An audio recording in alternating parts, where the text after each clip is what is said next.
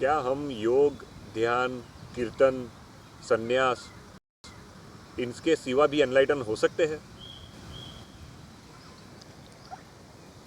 नमस्ते। अनन्य बात है ये, बहुत ही अद्भुत बात है कि हजारों रास्ते परमात्मा तक जाने के हैं, उपलब्ध होने के हैं, एनलाइटन होने के हैं, मगर एक रास्ता ऐसा भी है जिसमें कुछ नहीं करना है और हो जाए। यानी सच्चा रास्ता एक इस तरह से बनता है कि कुछ कुछ करते करते करते करते आदमी इतना थक जाता है और उसमें इतनी समझ आ जाती है कि कुछ करने को बचता नहीं। कीर्तन करो और नाचते नाचते सिर्फ नाच रह जाए और नाचने वाला खो जाए।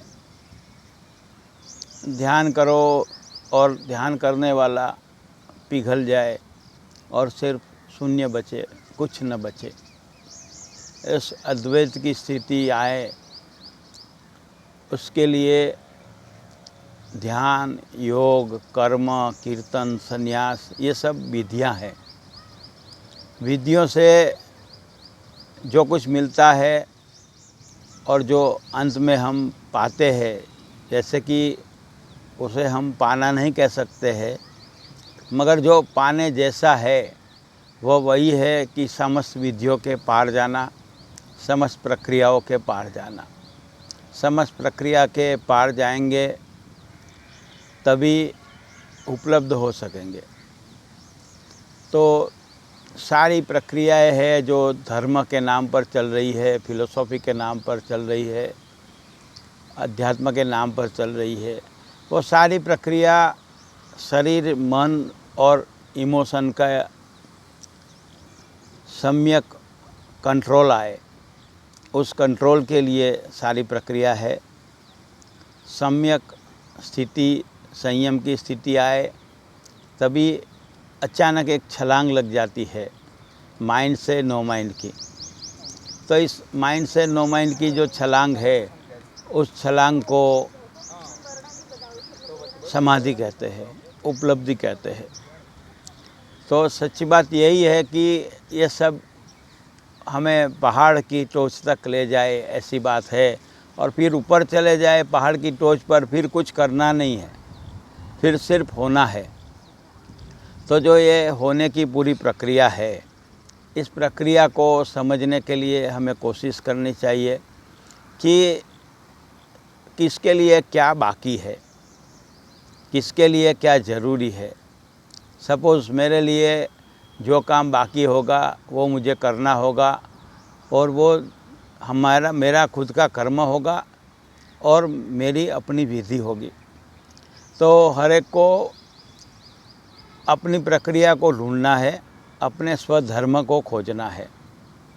जैसे कि किसी को गुरु मिले तभी जाग सकते हैं, किसी को गुरु की ज़रूरत नहीं होती और वो बिना गुरु को जाग सकते हैं।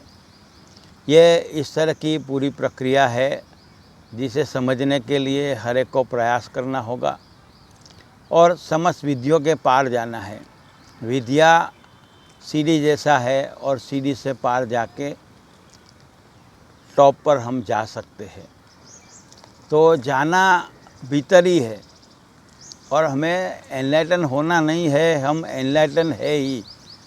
मगर एनलाइटन नहीं होने का जो भ्रम है, एनलाइटन नहीं होने का जो दंभ हम कर रहे हैं, उस दंभ से मुक्त होने के लिए बुद्ध पुरुष ने विधियाँ बनाई।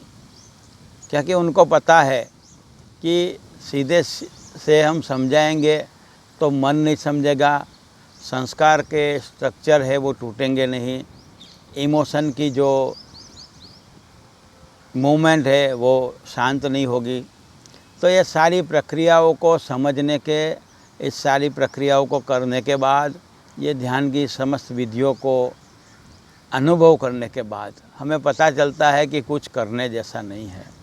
ओशो को किसी ने पूछा कि आप जब प्रणाम करते हैं तो हमारी आँखों में क्या देखते हैं?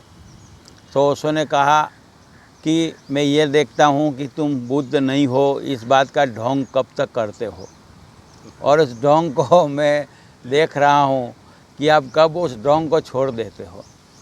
सब एनलाइटन ही है और एनलाइटन ही होना है, और एनलाइटन है, होना है, कहना पड़ता है, क्योंकि जो प्रक्रिया है वो होने की है और हम है, एनलाइटन ही है।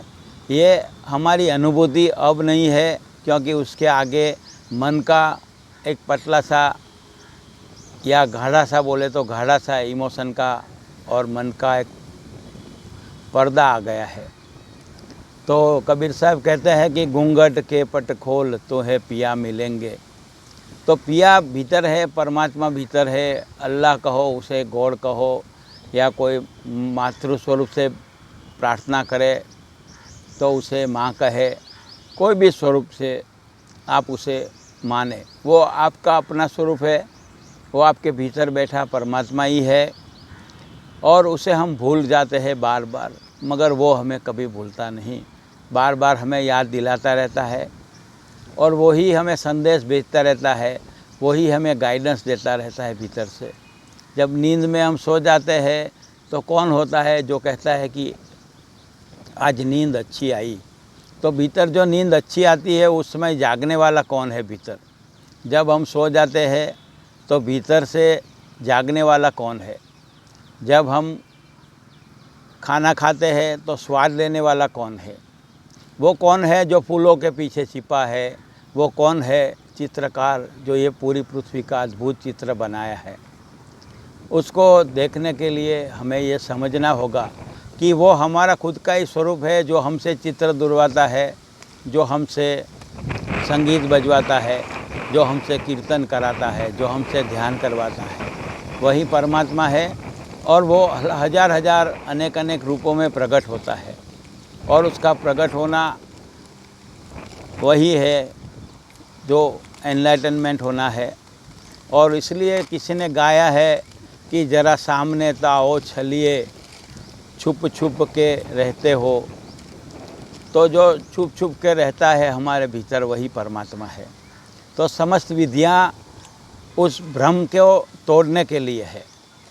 बोधि धर्म ने ऐसा कहा कि मैं हंसा इसलिए क्योंकि मैंने बहुत कुछ करके, बहुत प्रक्रिया करके देख लिया कि कुछ करने जैसा नहीं है। और इस बात के और ये सारी प्रक्रियाओं की व्यर्थता पर मुझे हंसी आती है, इसलिए मैं हंसता रहता हूँ।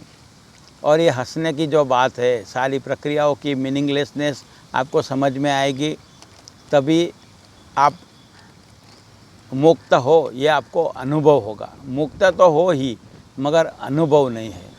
इसके बाद राजा जनक ने जो कहा वो आप कह सकोगे, मेरा मुझी को प्रणाम। आप अपने आप को सम्मान दोगे, आप अपने आप को प्रणाम करोगे। ये जो पूरी प्रक्रिया है, इस प्रक्रिया में कुछ पाने जैसा नहीं है। भगवान बुद्ध कहते हैं वैसे सब कुछ खोने का है।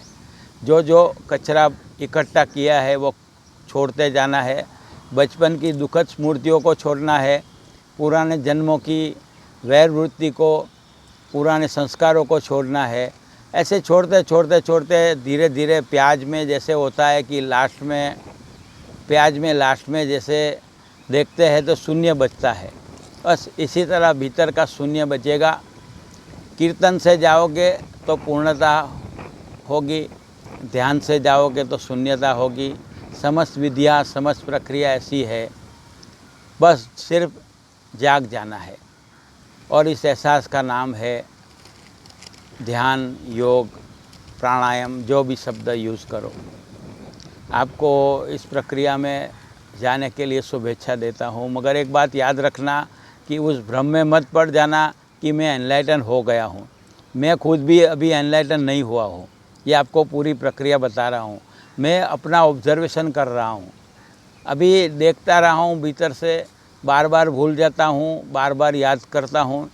मेरे सद्गुरुदेव स्वामी कैवल्य तीर्थ थे और अभी भी जो उनकी कृपा मेरे पर है, उससे कहता हूँ कि इस दिशा में किया हुआ कोई भी प्रयत्न व्यर्थ नहीं जाता है और इस दिशा में जो भी प्रयास करते हैं वो प्रयास का परिणाम मिलता है। तो इस तरह के प्रयास और प्रयोग करते रहेंगे तो आपके भीतर जो भ्रमणा हुई है अनएनलाइटन होने की, वो भ्रमणा टूट जाएगी और अपने आप के प्रति आपको सम्मान मिलेगा और अपने आप को आप रिस्पेक्ट दोगे। ऐसी बात को आप प्रयोग करते रहना और एनलाइटन होने के भ्रम में जल्दी मत पड़ जाना, क्योंकि ऐसे बहुत सारे पड़ाव आएंगे, ऐसी बहुत सारी अनुभूतियाँ आएगी कि आपको लगेगा कि मैं एनलाइटन हो गया, मगर ये पूरी प्रक्रिया है कि 24 आवर्स के लिए अनुभूति रहे, तभी आज इंसान या कोई भी व्यक्ति जो बोलते हैं साधक है वो एनलाइटन होता है। एनलाइटन होना नहीं है, एनलाइटन हो ही, इस बात को बार बार याद रखना और अपना आपका ऑब्जर्वेशन करते रहना। हंसते नाचते गाते इस पूरी प्रक्रिया को करोगे तो जीवन में एक अनन्य स्थिति आएगी, उससे आपके जीवन में खुशी, आनंद, प्रेम और शांति आएगा। और उस बात की शुभेच्छा देता हूँ आपको कि जल्दी से जल्द आपके जीवन में ये प्रक्रिया बने। नमस्कार, धन्यवाद।